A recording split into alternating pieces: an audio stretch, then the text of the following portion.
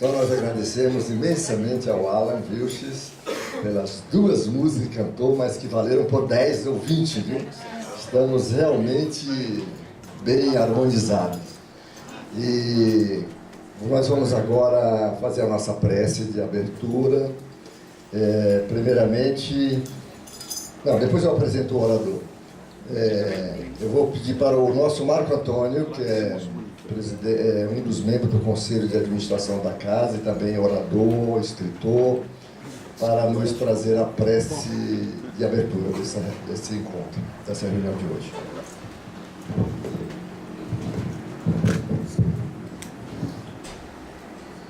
Vamos então fechando os nossos olhos, harmonizando os nossos corações. O nosso querido Alan já nos elevou às alturas com o seu desempenho artístico, sem dúvida, inigualável dentro do movimento espírita brasileiro.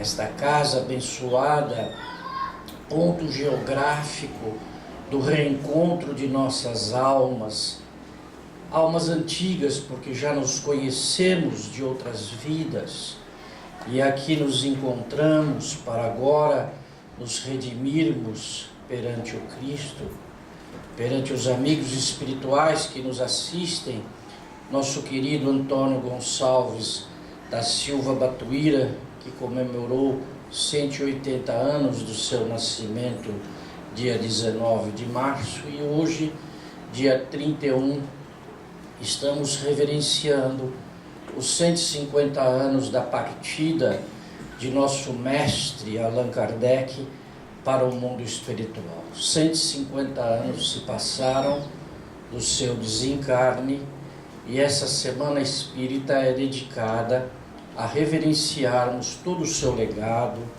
todas as suas lutas, sacrifícios, em prol de uma humanidade melhor. Por isso, Senhor, pedimos que os Espíritos do bem iluminem nosso orador, para que suas palavras sejam lenitivo às nossas almas, para o nosso esforço da conquista da nossa evolução espiritual. Obrigado, Senhor, que assim seja, com a graça de Deus. Bom, antes de passar a palavra para o nosso orador desta manhã, o Eduardo Guimarães, nós queremos apresentá-lo para vocês. Ele é farmacêutico e bioquímico, nasceu em Niterói, Rio de Janeiro, onde reside atualmente, é pesquisador e estudioso da doutrina espírita. Inclusive, ele nos revelou há pouco, lá na secretaria, num cafezinho, que ele está para lançar o primeiro livro dele, né? E vai ser uma bênção para nós, para ele também, para o movimento espírita, porque é um livro de pesquisa, então é um livro muito interessante. Então, vamos aguardar com carinho o lançamento dessa obra, que com certeza vai chegar até aqui para a nossa livraria. Foi presidente e é diretor doutrinário do Centro Espírita Casa de Caridade Aureliano Niterói, lá em Niterói. E ontem também ele esteve fazendo um benchmark lá no Vila Brasilândia conosco, aprendendo conosco, ensinando para nós o que nós devemos fazer, o que fazemos na área assistencial espírita. E foi um encontro muito bonito, porque ele viu como funciona a nossa padaria e ainda experimentou do nosso pão. Bem, o Eduardo, ele nos faz lembrar e nos lembra com muito carinho a figura de Newton Boechat. Ele é um dos discípulos de Newton Boechat, grande orador de Newton Boechat, escritor também de alto nível. Hoje se encontra na espiritualidade, o Newton, mas ele era uma pessoa que vinha fazer palestra habitualmente aqui no Grupo Espírita Batuíra. Ele, quando vinha nas suas peregrinações pelo estado de São Paulo, ele sempre telefonava para o seu espaço, dizendo assim: eu estou passando por aí. E se havia alguma reunião, mesmo mediúnica aqui na casa, ele suspendia a reunião para que o Newton Boechat usasse da palavra. E As palestras do Newton eram impressionantes, como eram as palestras acadêmicas, bem colocadas. Ele era um homem sério na abordagem dos temas, mas de uma vitalidade enorme, de um humor muito bom. Então, ao Newton Boechat, a nossa gratidão pelo fato dele hoje estar sendo representado aqui pelo nosso Eduardo. E nós vamos passar para o Eduardo a palavra, mais uma vez, lembrando que o tema dele é transição planetária e o apocalipse espírita. E reforçando o que o nosso Marquinhos falou, hoje, 31 de março, é o dia da desencarnação do nosso Allan Kardec. Por isso, o temário Kardec, 150 anos na espiritualidade. Tá bom? Muita paz e que Deus abençoe o nosso Eduardo, que sua palestra seja coroada de êxito. Temos certeza absoluta que a espiritualidade está aqui presente, nos ajudando e nos amparando. Isso com certeza.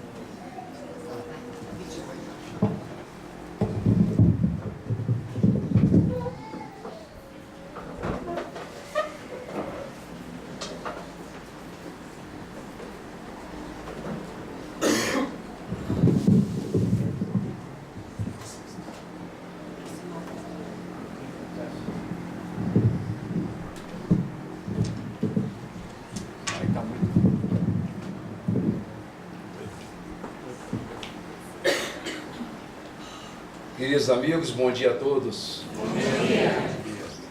Em verdade, eu sempre solicito a haste, ou o microfone de lapela, ou mesmo chamá-lo auricular.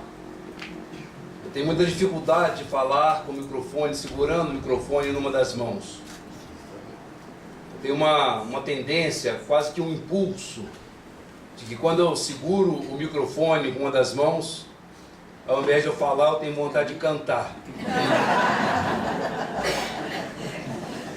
Eu acho que pelo bem de nós todos, é bom que o microfone esteja ali e eu aqui, não é isso? Aliás, considerando o espetáculo que nós tivemos nessa manhã, esse espetáculo de cunho espiritual, com a voz, com a vibração, com o entusiasmo do Allan, eu acho até que ele já podia até ir embora. Para que palestra, hein, Allan? Verdade. Que Deus o abençoe, né? Trazendo para junto de nós um pouco da espiritualidade.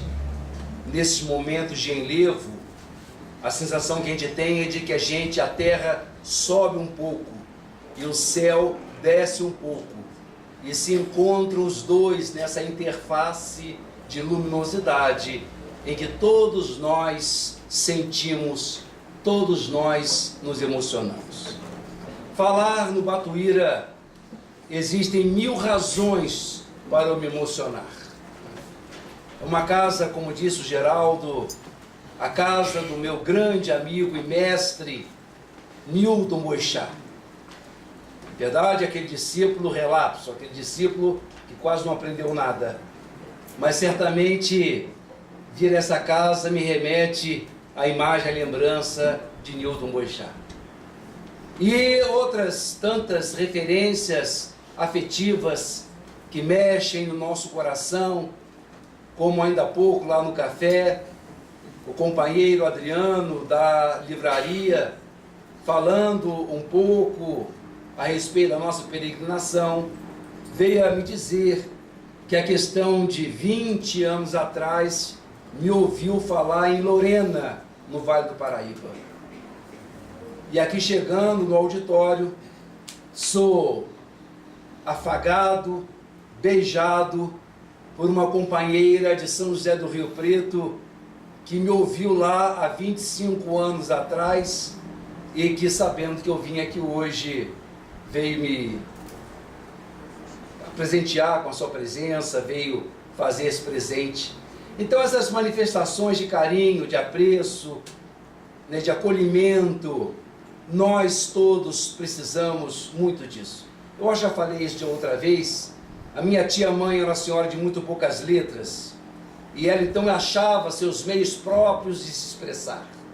E o fato é que ela sabia fazê-lo, ainda que não usando os termos mais adequados. Então ela dizia que a pessoa, quando vai envelhecendo, se referindo ao fato de que naturalmente vamos ficando mais sensíveis, mais débeis, mais atentos às coisas espirituais. Então ela dizia que na medida que a gente vai ficando velho, a gente vai ficando mais bobo. Eu já cheguei a essa bobice, queridos. Eu já estou entrando nessa fase de que essas manifestações saculejam, mexem profundamente no campo da emoção do nosso coração. Então os organizadores do fórum da semana, do encontro, como se chama? O ciclo de palestras, nosso obrigado pela oportunidade de aqui estar mais uma vez nessa casa bendita. Que Deus nos abençoe. O episódio dá-se ainda da fase do nosso Chico enquanto residia em Pedro Leopoldo, na velha, pequena, conhecida Pedro Leopoldo. O Chico já trabalhava no Centro Espírita Luiz Gonzaga e às vezes, não raramente, madrugada, 1, 2, 3 da madrugada, quando saía do centro, encontrava um moço que havia começado a beber desde as 5, desde as 7 horas da noite, e àquela altura da madrugada já estava completamente aloprado, fora de si, totalmente alcoolizado. O Chico, quantas vezes tomou desse menino e o levantou com certo esforço, reanimou-o, às vezes comprava um café ou levava-o para a sua casa, e só quando então ele estava senhor de si é que ele tomava rumo de sua residência. Quantas vezes isso aconteceu na madrugada sem que ninguém soubesse dessa ação bondosa do Chico Xavier? Eis que um dia esse moço ouve um sermão bíblico, um sermão de uma igreja dessas diversas denominações religiosas. E ao que parece, o sermão foi tão profundo, foi falado com tanta intensidade, e talvez porque aquela alma já estivesse cansada daquele submundo, houve um encontro entre o convite da igreja e o anseio daquele espírito, e ele começou a frequentar essa igreja evangélica. Tomou para si a responsabilidade, a missão de não mais verter que fosse uma única dose de bebida alcoólica desde aquele dia para frente. Não foram fáceis as lutas, não foram fáceis as renúncias. Todas as vezes em que sentiu impulso, lembrava-se de um versículo bíblico, lembrava-se da Bíblia, e de resistência em resistência, de luta em luta, esse moço resistiu ao vício da bebida. E se interessou tanto pelas letras evangélicas, que acabou por estudá-las e veio se tornar um pastor. Um pastor que falava com entusiasmo, com vida, porque havia experimentado a própria renovação, a renovação em si próprio. E assim, seus cultos, suas prédicas, sua fala, seus sermões, eram cheios de espiritualidade, cheios de emoção. Mas, em função e memória da ajuda de que o médium mineiro lhe prestara durante tantas vezes na calada da madrugada, não ao centro, mas quantas vezes esse homem foi à casa do Chico conversar com ele a respeito de assuntos vários, relembrando a gratidão dos tempos passados. Numa dessas idas à casa do médium, esse homem, já pastor, virou-se para o Chico Xavier e disse: Chico, então dizem que você se comunica com um espírito, que dizem que é um espírito muito sábio e que responde questões as mais profundas. Eu gostaria então que você levasse a essa entidade uma questão que eu mesmo não consegui entender, não obstante tendo lido todos os capítulos da Bíblia, toda a Bíblia, e procurado estudar. Existe tanto no Velho quanto no Novo Testamento a referência de que haverá um tempo, haverá uma época em que Deus tomará as providências devidas para finalmente separar os bons dos maus, as ovelhas dos bodes. Serão cataclismas, talvez, grandes convulsões planetárias, destruições através de um fogo aterrador. Então, espera-se que em dado instante Deus se mobilize e de uma vez por todas coloque de um lado quem serve, quem é bom, e do outro lado quem não é bom. Pois a minha questão é por que é que Deus está esperando tanto? Por que é que Deus não tomou essa providência ainda, Chico? Isso está lá atrás. E Deus não toma isso, não faz, não realiza. Pergunte isso a esse tal de Emanuel. Vê o que ele tem para me dizer. O médium ouviu toda aquela questão e disse: pastor, Emanuel está presente. E pede que eu responda ao senhor, fazendo-lhe uma pergunta, pastor. Por que é que Deus esperou o senhor até ontem? Enquanto ele era o bebum, enquanto ele era o da sarjeta, ele não pedia providências de Deus apressadas. Ele estava do lado dos bodes e não exigia de Deus pressa para tomar decisão na separação.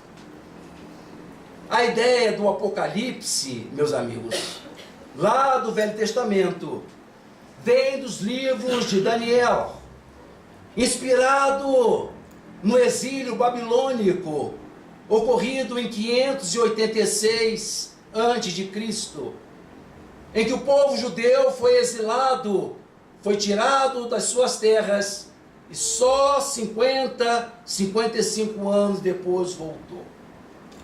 De tal forma se abateu uma tristeza, uma melancolia sobre o povo, que os grandes profetas de Israel começaram a prever um tempo, um dia, uma época, em que a justiça de Deus se faria presente, determinante, elevando Israel à sua condição de pátria escolhida, de povo escolhido, e separando então o mundo, os perseguidores de Israel. É daí que nós retomamos o Apocalipse, que depois vai também se refletir em João, no Apocalipse do Novo Testamento, no Evangelho de João.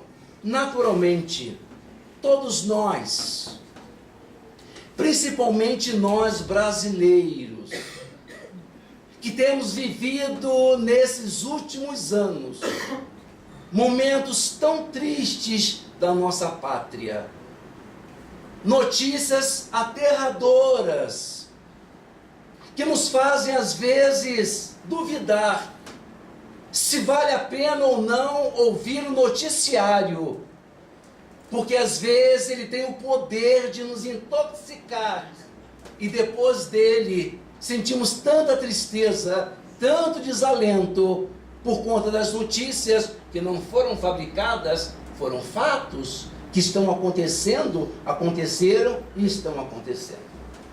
O momento não é favorável, não só no nosso Brasil, vivendo esse momento triste da sua história, mas o próprio mundo, as próprias nações, e as nações inclusive desenvolvidas, trazem-nos às vezes mensagens desalentadoras, ateístas, negativistas, e todos nós sofremos, todos nós nos comovemos diante dessas circunstâncias.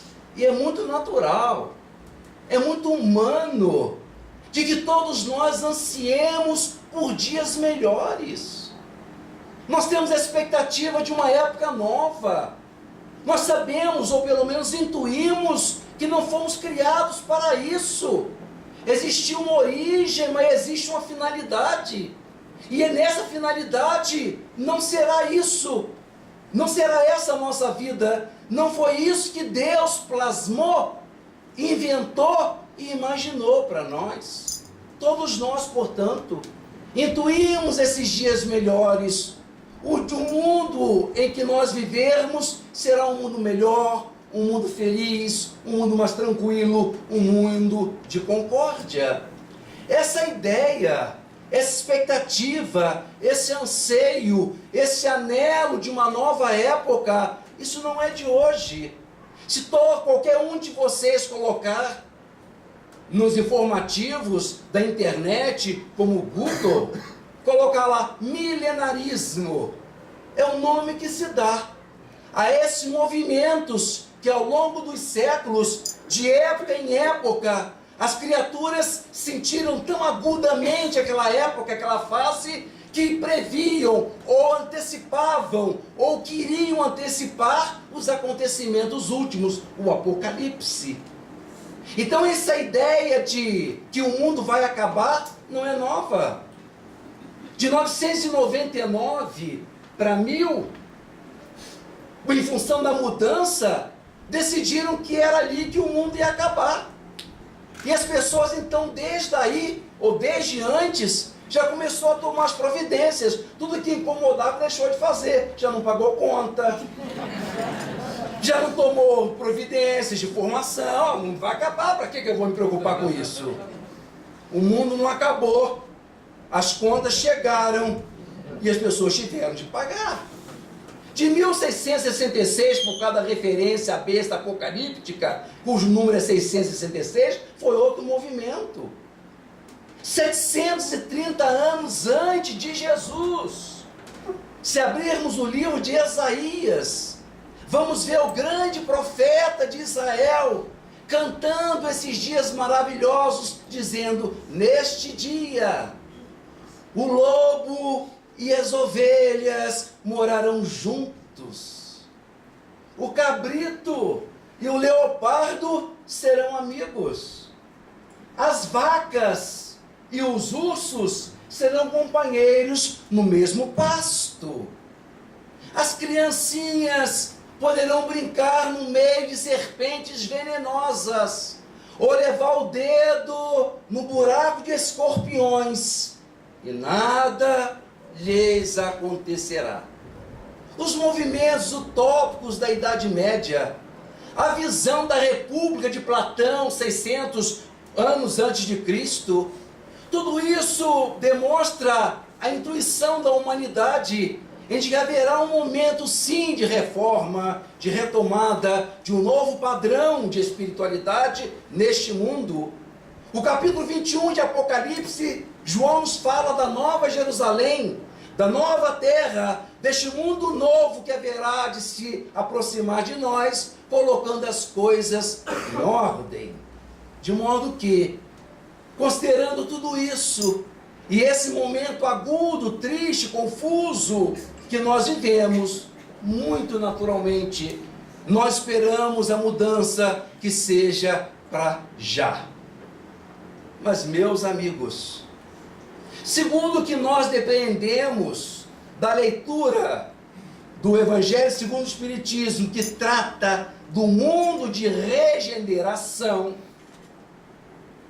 as características das almas que haverão de compor esse novo mundo, essa nova comunidade, não batem, meus amigos, com o que nós somos hoje em dia.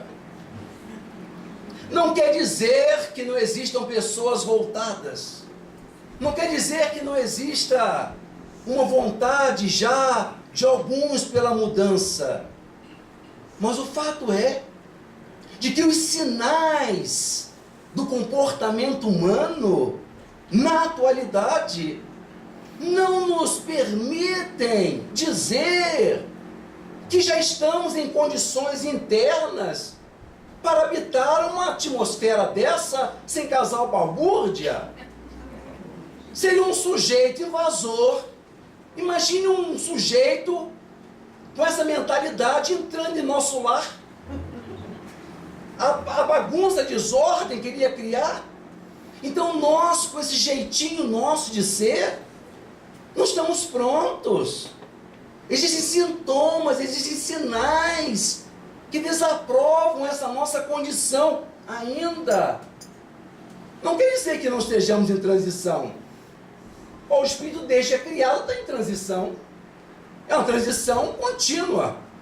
Ele nasce evoluído e vai chegar ao fim, atravessando um período longo de transição. Mas definir datas, estabelecer que já começou, que já estamos, quando a racionalidade espírita, nos ensinada por Allan Kardec no capítulo 1 de A Gênese, caráter da revelação espírita, nos obriga a avaliar as revelações do ponto de vista racional. E os sinais não aprovam nesse sentido. De novo, não quer dizer que não estejamos a caminho. Não quer dizer que não estejam se maturando processos, fenômenos, para redundar no efeito à frente. Mas dizer que já estamos lá? Um dia desse eu fazia esse comentário lá no Rio de Janeiro. Se aproximou de mim uma senhora, muito educada, muito gentil, sentindo-se até um pouco desconfortável para me abordar daquele jeito, mas virou-se para mim: Sr. Eduardo, você falou, mas eu acho que existe sim uma minoria silenciosa do bem. Eu ouvia com interesse, mas depois eu fiquei pensando: meu Deus, como é que essa senhora quer que eu ouça essa minoria? Se ela é minoria ainda é silenciosa. Porque se fosse uma quantidade de gente muda, eu estranhava: por que essa gente está calada? Se fosse uma pequena gente gritando, eu ia ouvir. Mas além de ser pouca, e muda. Como é que eu vou ouvir? Desculpe a ironia. Em verdade, eu não estou desfazendo os grandes movimentos, as grandes iniciativas das grandes organizações do mundo, das casas espíritas, como o trabalho da Vila Brasilândia, que são iniciativas nesse sentido. Mas os sinais dos nossos tempos avisam-nos que grandes turbulências, grandes coisas ainda estão por acontecer. Alguns dirão: não, Eduardo, mas é que está no iniciozinho, é um milênio. Se é um milênio, por que ficar apavorando a gente agora? Porque a mensagem que a gente ouve é essa: ó, a tarrafa está passando. Se você não for, vai ficar. Vamos, queridos. O que nos diz o capítulo 16 de A Gênese? Ciência da presciência. O que nos diz exatamente no tópico 16, do capítulo 16, para facilitar, quando Allan Kardec trata exatamente dessa questão dos próximos acontecimentos. Diz ele: sim, alguns espíritos podem augurar, podem prever. Algumas entidades de alto nível espiritual podem antever algumas realidades que estão por vir. Mas nunca o fazem com datas precisas, com referências históricas exatas. Porque vigora sempre o livre-arbítrio da criatura humana, que poderá apressar ou retardar. Se o processo estivesse definido, nós não teríamos participação, já não seria um concurso meu. Então, não, as entidades não aprovam essa perspectiva, não dizem que a coisa pode ser dada com essa previsão. Eles auguram, eles dizem, imaginam, propõem, considerando uma série de fatores. Mas esses processos podem ser atrasados ou apressados. Quando o codificador nos fala da nova era, da nova geração, no capítulo 18 de A Gênese, ele prevê que em breve, possivelmente, viria uma nova realidade espiritual. Mas em função do livre-arbítrio humano, o que é que nós tivemos logo após a morte de Kardec? Desencarna em 69 e em 70 estoura a Guerra Franco-Prussiana. Logo depois, a Comuna de Paris, arrasando com Paris. No início do século XX, temos a Primeira Guerra Mundial e depois, logo depois, a Segunda Guerra Mundial. Ou seja, o homem com seu livre-arbítrio, a humanidade com as suas escolhas, definiu fazer diferente. E hoje, meus amigos, hoje, quando vemos nações poderosas, nações ricas, porque o dado não é uma imaginação, não é uma ideologia, não é uma impressão, são dados, são referências, são evidências que aí estão. Então, quando nos damos conta de que a nação mais rica, mais poderosa do mundo, o seu povo, as pessoas que pensam essa nação, que fazem parte dessa nação, optou por escolher um representante do governo, um presidente, cuja base de governo garantiu a essa nação a construção de um muro para defender a riqueza da América, da pobreza do México. Quer dizer, embora seja um sistema eleitoral diferente do nosso, mas o que fica claro é de que as pessoas, na medida em que elas se veem ameaçadas no seu bem-estar, nas suas conquistas econômicas e sociais, na medida em que isso tem de ser dividido com nações mais pobres, as criaturas optam pelo presidente, pelo representante, que diz que vai bloquear, vai impedir que isso aconteça. Não é diferente, ou não foi diferente, da ameaça na França entre Marine Le Pen, que defende essa mesma ideia direitista, do Macron, que acabou ganhando. A direita na Áustria, na Alemanha. Todos esses sinais nos dão conta de que a sociedade não está ainda amadurecida para dividir, para ser mais equânime, para abrir mão de alguns benefícios em relação aos outros povos. Temos aí uma questão que nenhuma nação mais inteligente, mais poderosa que existe, conseguiu resolver, que é a questão dos excluídos, como se dá o nome do pessoal da Síria? Os refugiados. É uma gente que não tem pátria, ou que abriu mão da nação, da língua, da comida, dos amigos, das pessoas, de tudo, para ficar viva. E isso é um temor. Todos os grandes líderes europeus que defendem abrigá-los, a população tira-lhe os votos, porque isso não corresponde ao desejo das pessoas. Isso me leva à questão 913 do Livro dos Espíritos. Qual é o maior empecilho da evolução? O egoísmo. Isso é manifestação do egoísmo. Estamos falando de um mundo ideal, de uma condição que ainda não é nossa.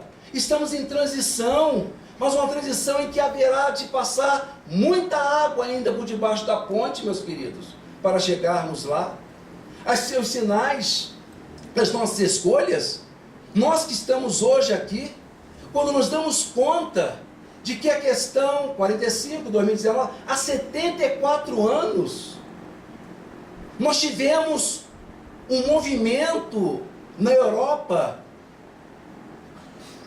entre uma das nações mais poderosas, mais cultas e mais religiosas. Nós tivemos o horror que se constitui uma vergonha na página da humanidade, a que se dá o nome de Segunda Guerra Mundial. Pessoas boas, comuns, gente como a gente, sem que tivesse cometido crime nenhum, pela condição de serem negros, judeus, homossexuais, foram barbaramente perseguidos e mortos. Eu não estou falando da Idade Média, eu não estou falando da Antiguidade, eu estou falando do século XX, há 74 anos atrás. O que dizer do fenômeno do apartheid na África do Sul, que terminou em 94 ou 98, é mais recente ainda? Como que pode existir ainda a mentalidade que pode definir que uma minoria branca, por ter essa coloração de pele que se chama, ou que se convencionou chamar branca, se sente no direito de usurpar, de matar, de perseguir, de roubar, de negar todos os direitos ao seu irmão, porque nasce com uma coloração de pele que se convencionou chamar negra. Isso fala por nós. Isso está no nosso meio. Isso representa nós ainda, infelizmente. Então será que nós já agregamos em nós essa condição de habitar esse mundo? Vejam que não só são os espíritas que irão, meus amigos. É a humanidade. É o planeta. E a questão de 10 dias atrás, aquela invasão, aquele acidente terrível em Moçambique e em mais em 2 países na África, revelou como esse povo vive sofrido, esquecido, maltratado, sem condição das mínimas de vida. A África é o segundo continente maior em extensão, em território, terceiro em território, e o segundo em gente, em população. 50% dos africanos vive abaixo da linha de pobreza. Como exigir de que essa gente toda pegue nessa tal rede, nessa tal tarrafa e vá, ou então vai ser relegada a planetas inferiores, como dizem alguns? E aí nos lembramos da questão 639 do Livro dos Espíritos, quando Allan Kardec pergunta: não parece comumente que o mal que o homem produz não é resultado das condições em que os outros homens o colocam? Ou seja, o mal não seria resultado da posição em que o homem é colocado pelos outros homens? Nesse caso, qual o mais culpado? Eu não vou responder não, vou deixar para vocês olharem em casa a questão 639. As mensagens dizem: sim, o mais culpado é aquele que o colocou naquela situação. E como nós lembramos, para efeito, em verdade só tem alguns minutos mais, porque estou correndo para acelerar, porque eu estou falando assim que nem um louco. Mas como nós lembramos, mas tem muita coisa ainda. Como nós lembramos o nosso sistema carcerário, que é um modelo. As pessoas entram na prisão para quê? Para se recompor, para se educar, para sair melhor. O nosso sistema carcerário, os últimos dados que eu vi, que estão desatualizados, ele permite 371 mil vagas. E nós temos 585 mil detentos. Se nós tivermos dificuldade para imaginar o que isso significa, basta dizer a você o seguinte, que é como colocar 8 pessoas dentro de um Fusca para sempre. É esse o nosso sistema carcerário. Não nos admira em que aquelas criaturas que se desorientaram, perderam, cometeram crime, quando entram na prisão, ao invés de saírem de lá melhores, saem piores. O estelionatário vira traficante, o contrabandista vira raptor, sequestrador, e aquele que só roubou sai de lá matando. David Peary, um jurista da cidade de Maryland mostrou, através de um estudo bem documentado, que quando o detento ele é levado a uma condição de dignidade, de respeito, em que se dá a ele, embora condenado, uma condição de vida humana, social, 50% a mais tem possibilidade de vencer o crime. E a relação inversa também acontece. Então nós pensamos o que estamos fazendo do nosso meio. Será que estamos dando a essas criaturas a essas devidas condições?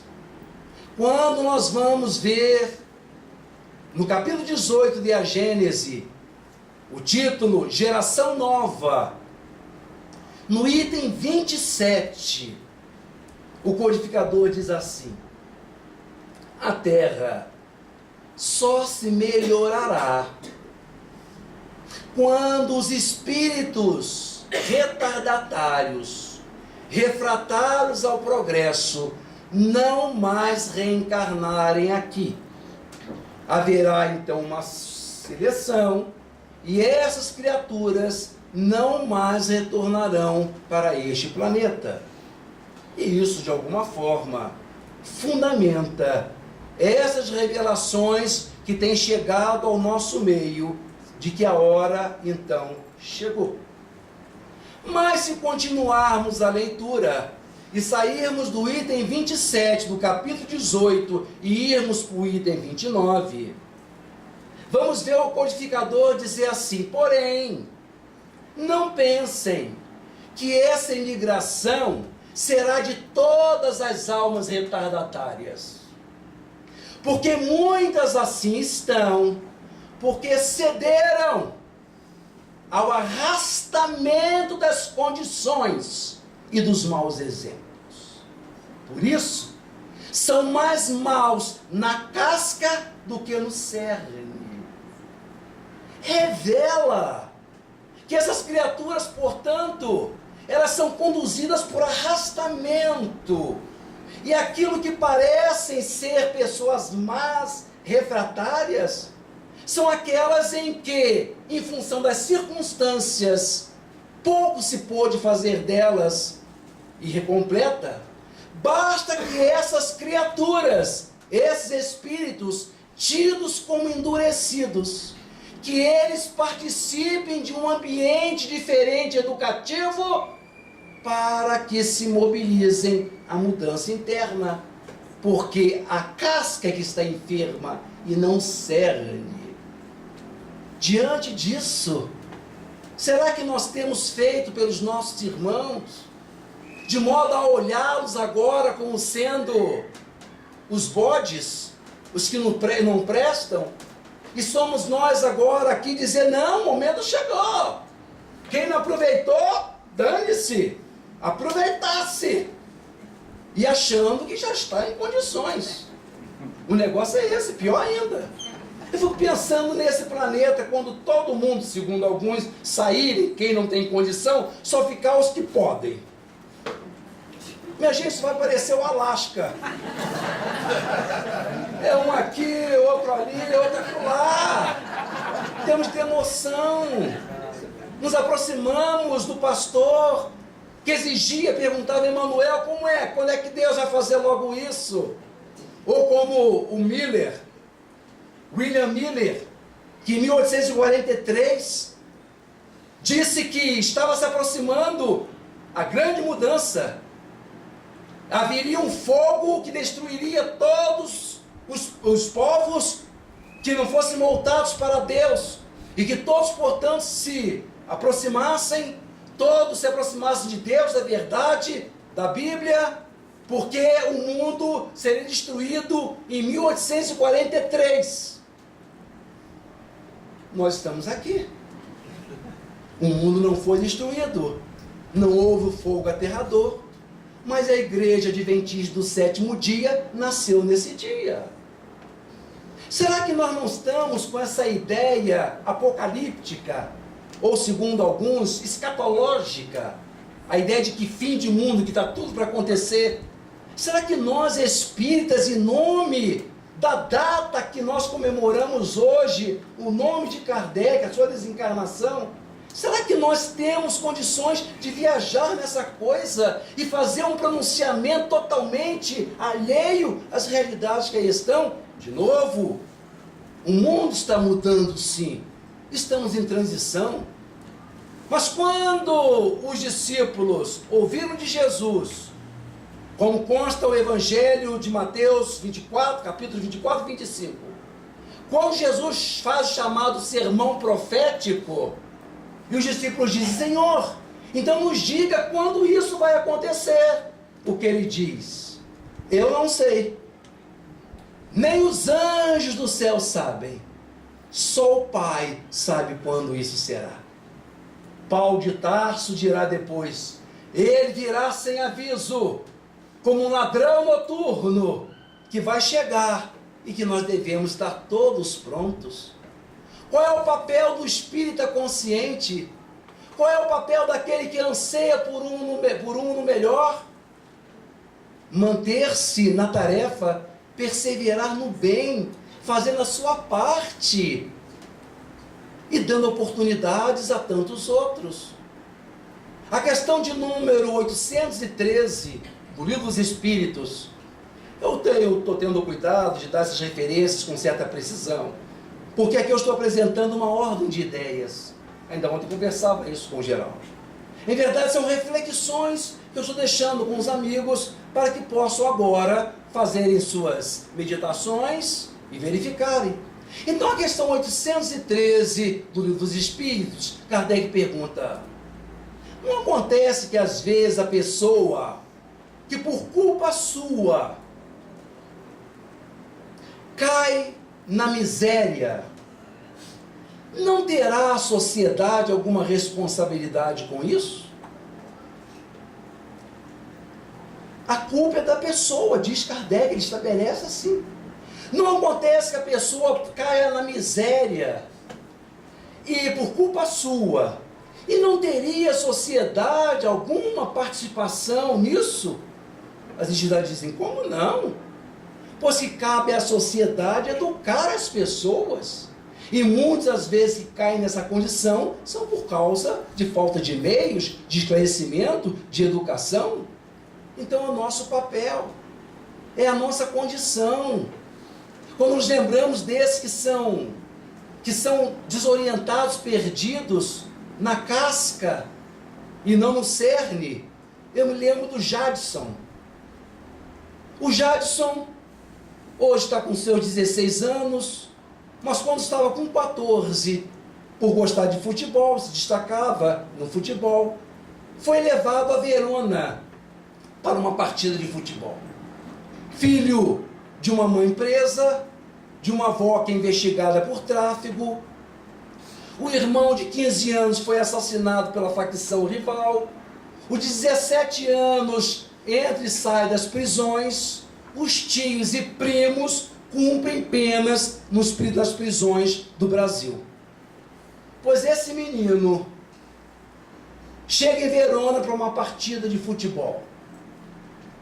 E por esses milagres de Deus, uma pediatra chamada Irene Zagni olha aquele menino com afeição e decide adotá-lo. No ano seguinte, adota mais uns 2 de uma favela do Rio de Janeiro. E em maio do ano passado, o Jadson, com seus 2 ou 3 irmãos, filhos de Irene Zagni adotados, organizava com o pai a festa surpresa para o 2º domingo de maio, dia da sua mãezinha querida. E eu não posso deixar de pensar o que seria o Jadson se ele permanecesse naquelas condições favelizantes do Rio de Janeiro. Então, nós somos responsáveis, queridos. Não podemos nós acharmos que já somos os tais, as ovelhas, e dizer: olha, veio quem veio, e partir dando as costas, porque somos responsáveis pela nossa sociedade. Durante alguns anos, tive a oportunidade em Vitória da Conquista, me hospedar na casa do Renan Lanes e da esposa Áurea Lanes Filho. O casal teve uma ideia curiosa, estranha. Imaginem vocês que eles tiveram 3 meninos, 3 filhos, e adotaram 28. 31 crianças. E quando eu chegava na casa do Renan, e que eu ficava geralmente uma semana inteira, ele conseguia me dar um quarto só para mim, um banheiro. Disse: Renan, quantos que eu estou desalojando? Foi uma experiência extraordinária. Ali eu vi crianças bonitas e crianças feias. Porque não eram as crianças que para adoção estavam nos bancos esperando com as características que os pais adotivos exigiam. Eram crianças que eram repelidas pelas outras pessoas e que, em última instância, o juiz da cidade ligava e dizia, o Renan é médico, oftalmologista, e dizia: doutor Renan, tem mais esse caso assim. E o caso ia parar na casa do Renan. Crianças débeis mentais, com fragilidade de raciocínio, crianças bonitas e feias, negras, amarelas, brancas, cabelo ruim, cabelo bom, tudo ali naquele mundo. E ele então pensava e dizia uma vez para o Eduardo: eu estou pensando em abrir um orfanato. Não, são seus filhos. E ele dizia que não desencarnaria nessa vida, ainda está vivo. Se Eduardo, eu não vou morrer enquanto não der um apartamento a cada um. Você está rico, né? 31 apartamentos. Acordava eu no dia seguinte, lá no meu bem bom, no meu quartinho, com suíte e tudo. Chegava na sala e via aquele espetáculo. Porque à noite haviam se reunido em torno de mim, porque era o tio do Rio que ia visitar, na sala de televisão, tinha um grande tapete na sala. E ali dormiam aquela gente, aquelas crianças. E quando eu acordava de manhã, eu via aquela montanha de garotos. Era um com um pé na boca do outro, o outro com o cotovelo no outro, tudo ali, dormindo, feliz naquela casa.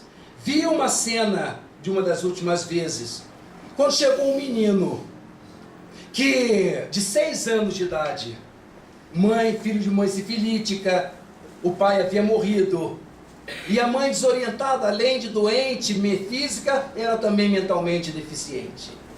E ele, com seus 6 anos, era até então o chefe da casa. Era ele o varão do lar. Era ele que, debaixo do viaduto em que moravam, cumpria ele defender a sua família.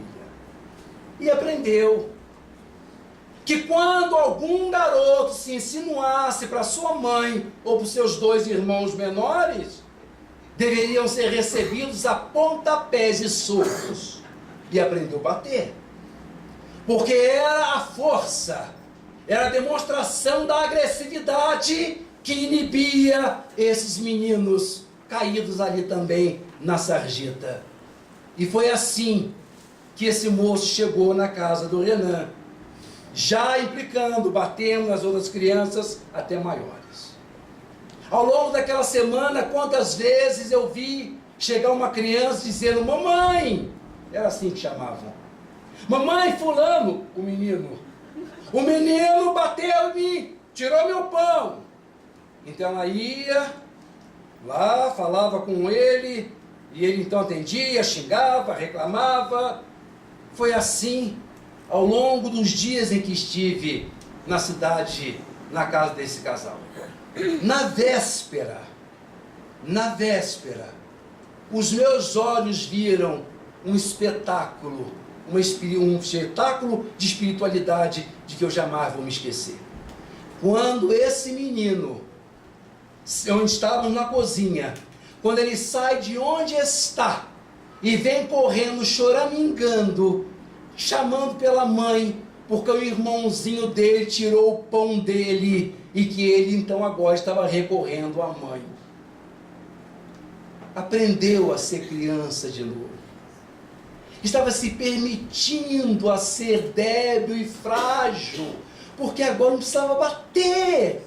Havia uma mãe, havia uma casa, havia um lar, pessoas que velavam por ele, e ele resgatou a sua infância, resgatou ser criança de novo.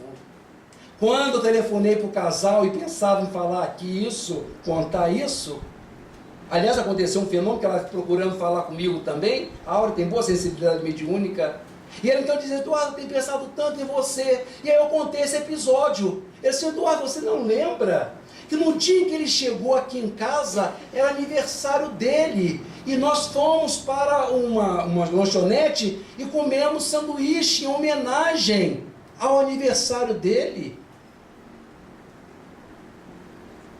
Podemos nós imaginar o que é uma criança sair da rua, em que ela teve de dar pontapé, soco, xingar, e à noite está em torno de uma mesa comendo sanduíche, em que todos olham para ele e cantam parabéns para você? Será que estamos nós, como aquele pastor afoito e apressado, pedindo de Deus providências para esse mundo, para essa realidade que virá? Mas nós temos de participar disso, participar conosco, as nossas possibilidades. Nós que já enxergamos, temos de ver além. São essas considerações que queríamos fazer para os amigos na noite, na tarde, na manhã de hoje.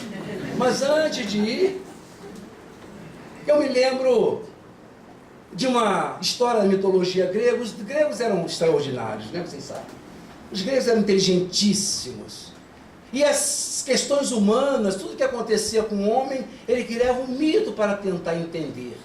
E os gregos então decidiram explicar o mal.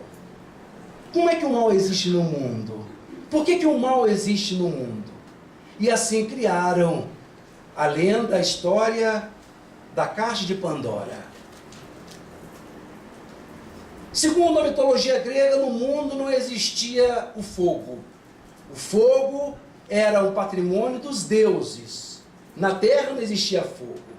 Então a noite era escura. À noite não havia luz, porque não havia fogo. Foi Prometeu, o filho de terra com Zeus, um semideus, que fez a ousadia de tirar fogo dos deuses e entregar aos seres humanos.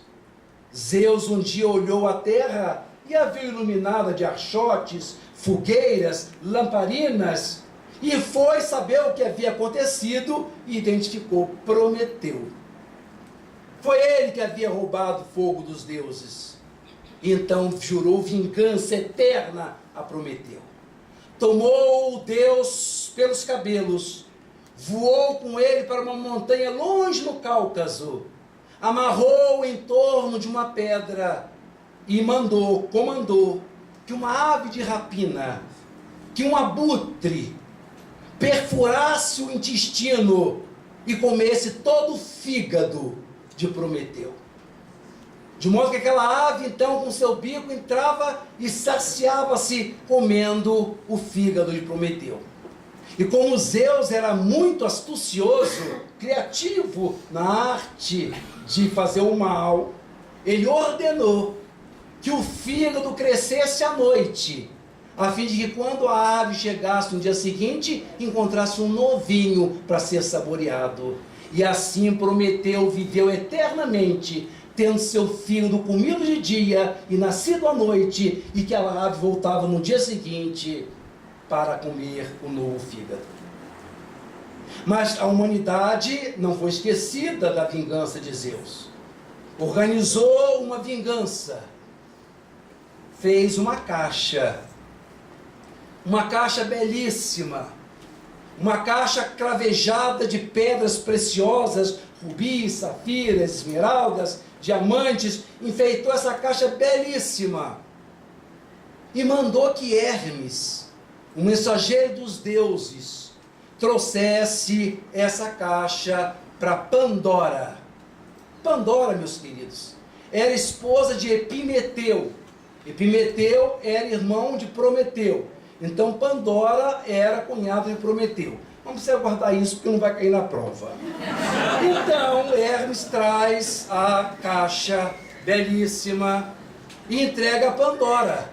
E ela fica encantada. A caixa brilhava, a caixa era faiscante. E ela disse: isso é para mim? Sim, Pandora. Isso é um presente de Zeus para você. Isso é para você, para a sua vida, te pertence. E Pandora ficou encantada. Mas aí Hermes se lembrou-se: ah, Pandora, eu esqueci de uma coisa. Zeus mandou essa caixa para você, mas disse que você nunca pode abrir essa caixa. Nunca na sua vida você pense em abrir essa caixa. Eu já vi risos, porque são os mais vivos que já entenderam a maldade de Zeus. Como é que se dá uma caixa a uma mulher e diz que ela não pode abrir? Uma caixa de papelão que está leve, ou seja, insinua que não tem nada. Ela só por instinto abre. A caixa belíssima. Dizem que Hermes não tinha virado a esquina e Pandora não abriu a caixa, ela escancarou a caixa. E de dentro da caixa, amigos, saíram todas as mazelas do planeta, todas as lágrimas, todas as dores, todos os diagnósticos de doenças fatais, todas as mortes, todas as despedidas, todas as agressões, todo o horror que existe no mundo saiu de dentro da caixa de Pandora. E era assim que os gregos explicavam a quantidade de mal que existe no nosso mundo. No fundo da caixa ficou uma coisa. No fundo da caixa só ficou uma coisa, meus amigos. A essa coisa dá-se o nome de esperança. A esperança, a filha dileta da fé. Esperança não no sentido de esperar, mas no sentido de esperançar, que é agir em prol. Esperança continua sempre, porque nós vemos esse mundo triste, vemos que muita coisa ainda há para fazer, mas estamos certos de que um novo dia está vindo, mais cedo ou mais tarde, e que o nosso papel, o que é perseverar, continuar nele. Despedindo-me dos companheiros, nessa manhã de sol, sol lá fora e sol na alma, me lembro dos versos de Margarida Lopes de Almeida, em que a grande poetisa dizia: Senhor, venho dar-te a sorrir toda a minha alegria, minha imensa alegria, meu riso, minha felicidade, meu amor. Senhor, todos vêm a Ti para rogar, para pedir, para implorar de Ti consolação, auxílio, bênçãos ou perdão. Eu não, Senhor. Eu venho para dar. Recebe em Tuas mãos habituadas a colher preces e imprecações, lágrimas e desespero, um ramo perfumado de lírios e de rosas, de cantos e sorrisos, de hosanas e de graças. Toma de mim um pouco de ventura, para dar a cada criatura que na vida não conheça a glória de ser feliz. Tenho a tanto, meu Deus, que embora tomes, fique-me farta messe, para dar e distribuir ainda. Quero gritar ao mundo que adora a vida, que é boa, que é bela, que é forte e apetecida. E mesmo que a minha sorte se transforme de súbito, e o que é bom e belo a morte me arrebate com as mãos, com crueldade, eu bendirei a vida. Eu bendirei a vida na saudade de um bem que tive e que é tão grande que há de iluminar eternamente mesmo a treva mais densa e mais profunda. Senhor, uma luz fulgurante os meus olhos inunda. Toma um pouco dessa luz e derrama sobre aquele que é cego de ventura, ou mau, ou pervertido, e deixa-me dizer-te com amor, Obrigado, Senhor, por ter nascido. Muito obrigado, Senhor, por estar aqui. Muito obrigado, meus amigos, minhas amigas do Batuíra, nessa manhã. Vão em paz.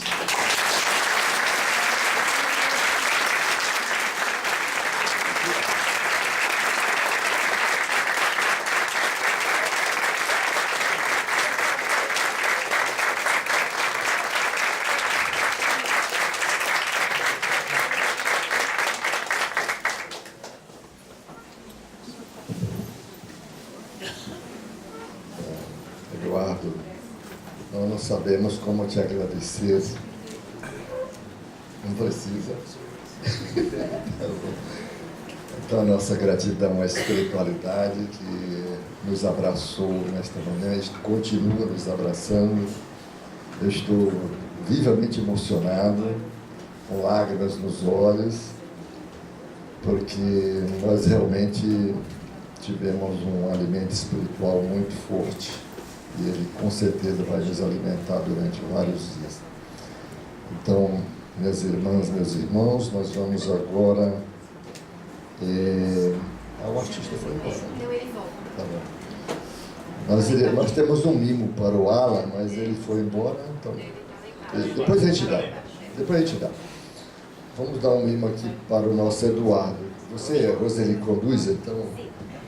A Roseli é que vai dar o mimo para você. Mas a gente... É uma coisa simples, nada... Não é muito dinheiro, não.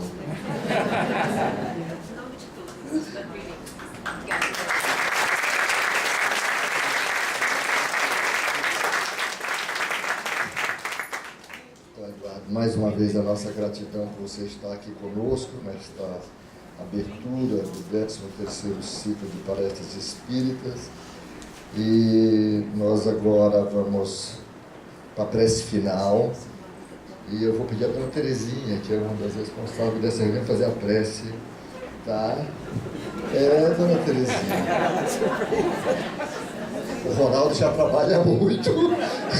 Olha lá que ele está cansado de trabalhar. Ele trabalha fim de semana, feriado, para poder manter essa casa de pé.